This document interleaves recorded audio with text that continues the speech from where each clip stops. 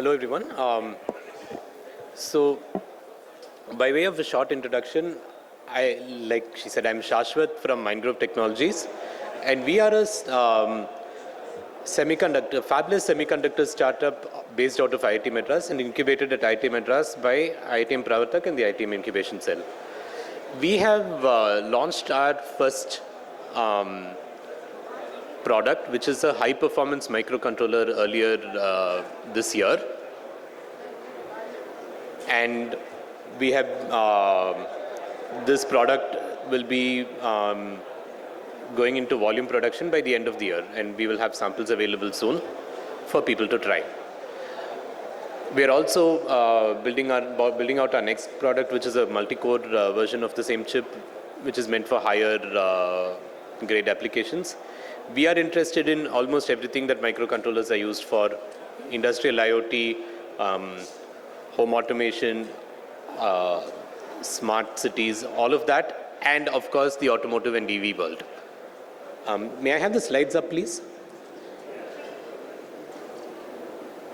So today what we are going to talk about, the topic that I was given is a very long mouthful, but I will just boil it down to saying that this is not about design per se. It is about the impact that supply chain has to design. Let me just start with something that I'm sure everybody knows. I drive a car like this.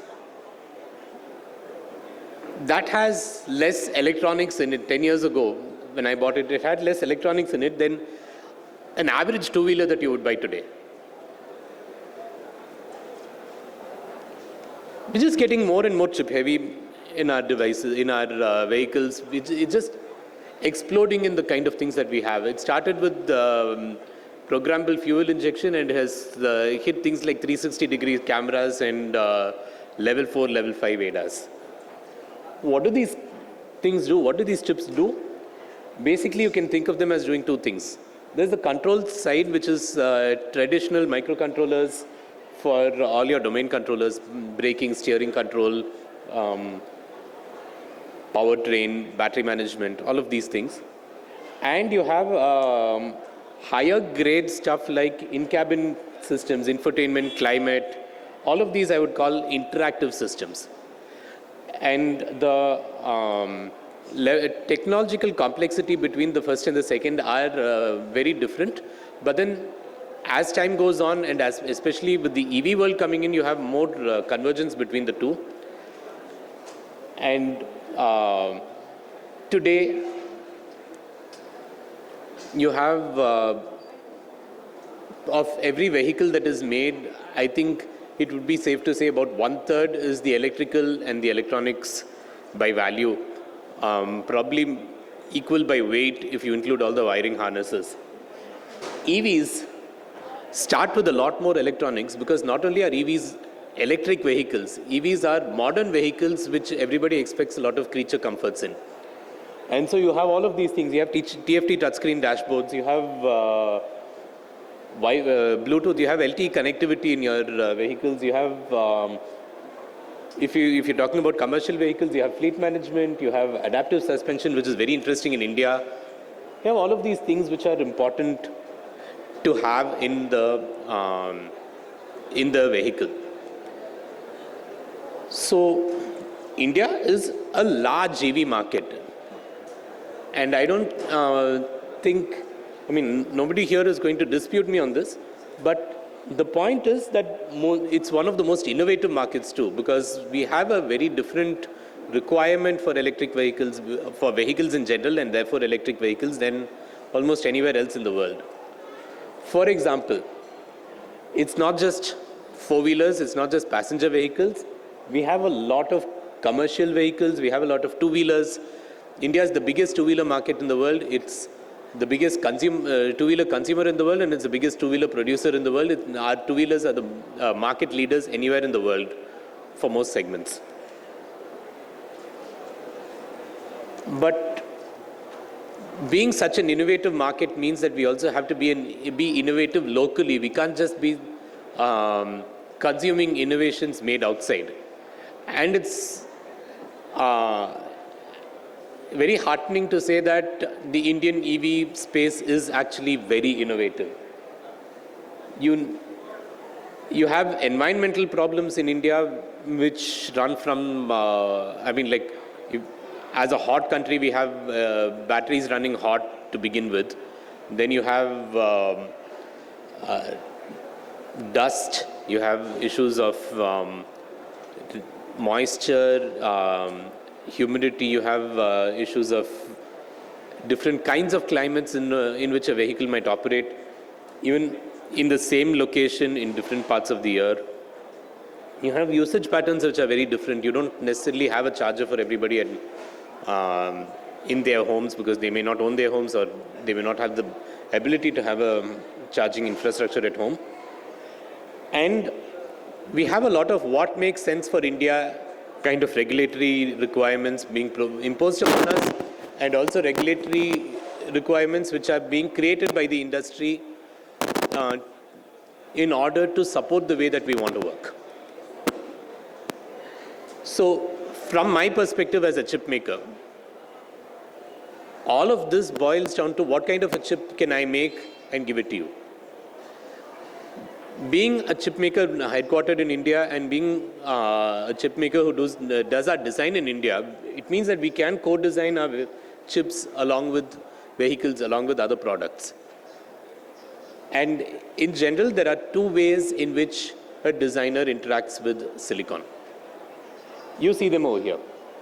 And this is the part which all of us engineers like a lot, right? There's a lot of software work. You can sit and write everything from embedded code. You can write user interaction. You can write AI. You have a lot of fun doing that. Prototyping your system. You have the hardware, which I personally love a lot. Board layout, building the right peripherals, building the right loadout of other features. You have all of this going on. And this is where the design team starts and ends. And these are the two ways in which the downstream of the chip industry, this is the way our users interact with the chip. Or so we think. There is a third way. And this is not so much a designer interacting with the chip. This is our users interacting with us to provision the supply chain so that their users actually have vehicles and ancillary parts available on demand. And this is where our entire ecosystem can hit a really bad roadblock, because if after you've designed your vehicle and after you've done your all your prototyping, you have got all your regulatory clearances, if you go to manufacturing and it is not possible to get your parts, then we are all in big trouble. And this is what happened last time there was a supply shortage. You do remember the pandemic. This is what happened to cost. This is what happened to lead time. Moving straight up from, let's say, 1 year to 4 years. And this is actually part of the reason that I, as Mindgrove, am in the semiconductor business rather than in the electronics business, which is what I actually started wanting to do. We actually started off wanting to design some products. We wanted to get, and this was in the height of the pandemic, we wanted to get certain microcontrollers and other parts. We go on to the usual sites, lead time 24 weeks. Okay, what is the next part? Lead time 52 weeks. As a startup, I did not have the flexibility to do that. So we changed course. We thought of what we can do next. And one thing that kept coming up is the fact that we can actually build the nuts and bolts that go into systems. And therefore, we started doing semiconductors rather than just being around rather than just being users of semiconductors. And so supply chain is very close to our heart as a company. You can see the kind of headlines that hit us, right? chip shortages, chip shortage dents passenger vehicle sales in November. This was in 2022, I think. So you have innovative designs, brilliant designs, which don't get to market because you don't have the chips available. You have those that do get to the market are priced way outside of the range of the consumer. So again, you've designed a great product, but now what? You can't get it to the market. What do you do?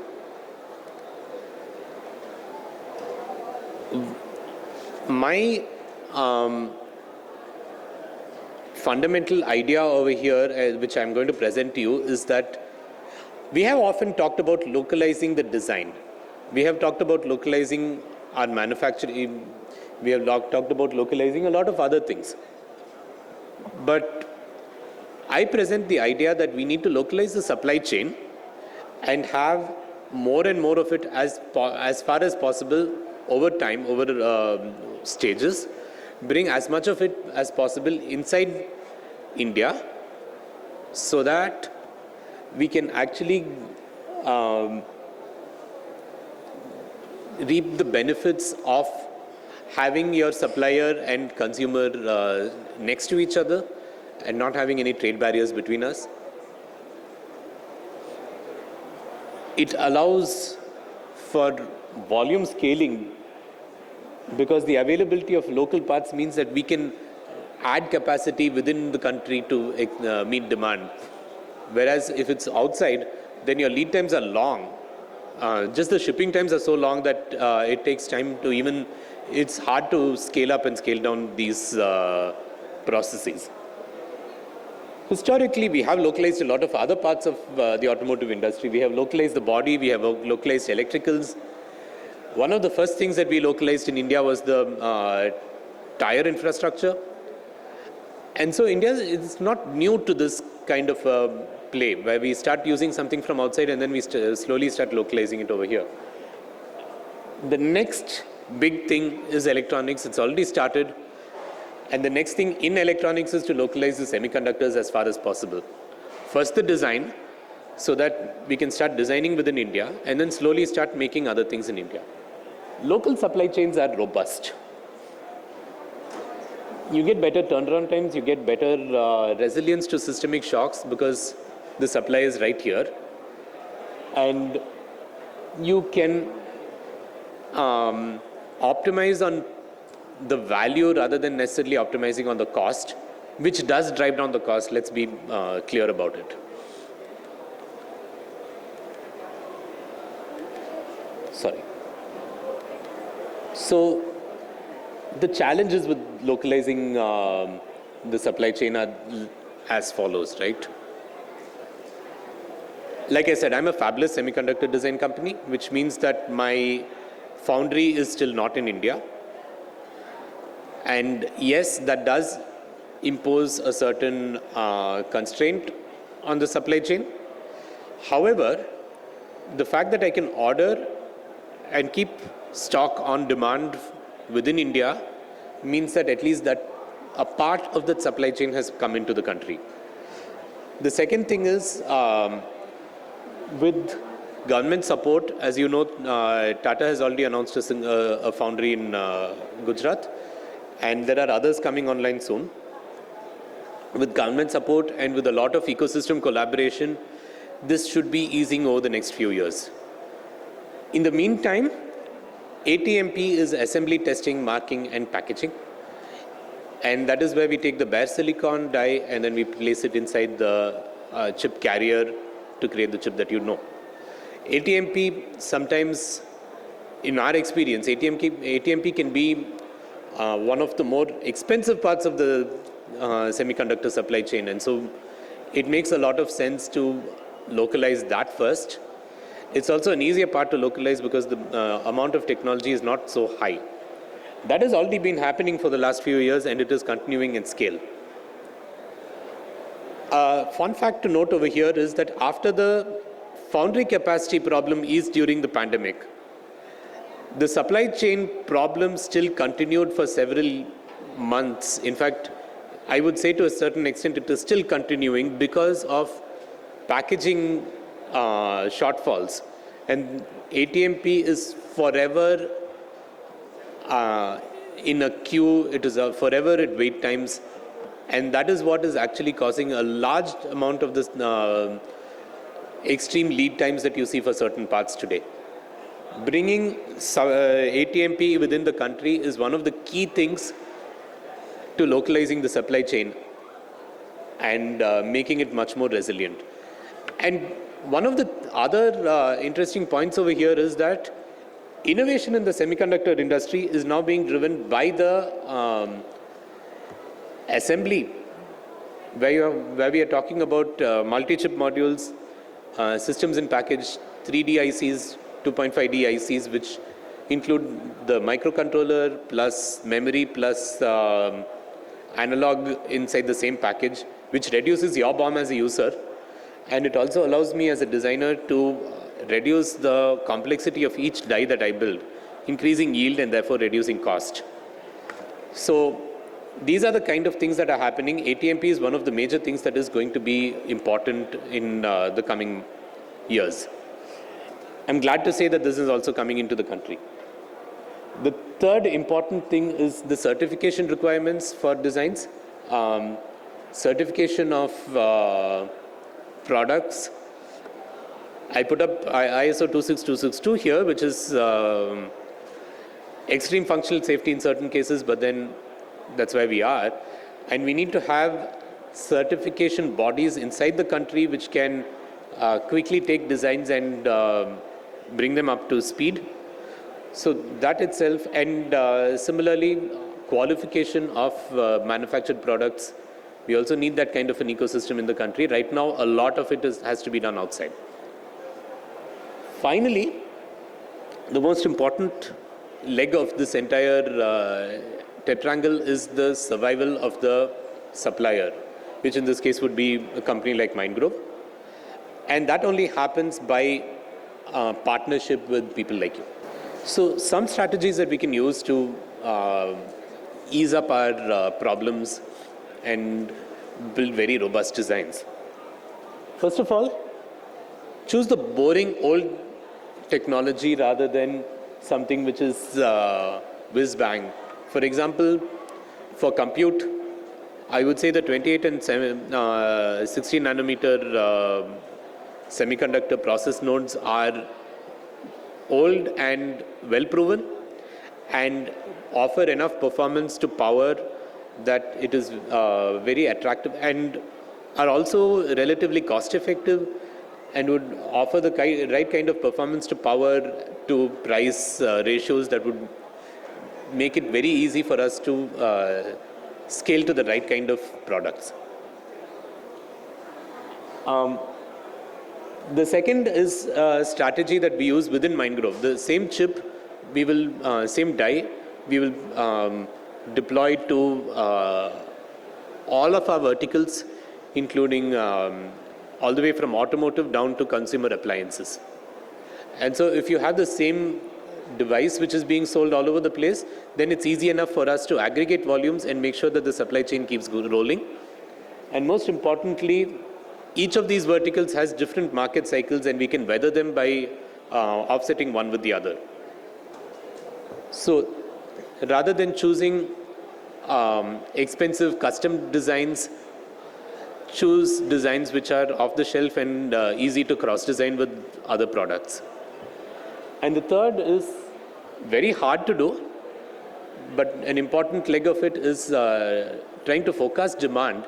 And this is where probably the auto majors made a large mistake in the pandemic, where they cancelled orders for 3 quarters total successively, where you had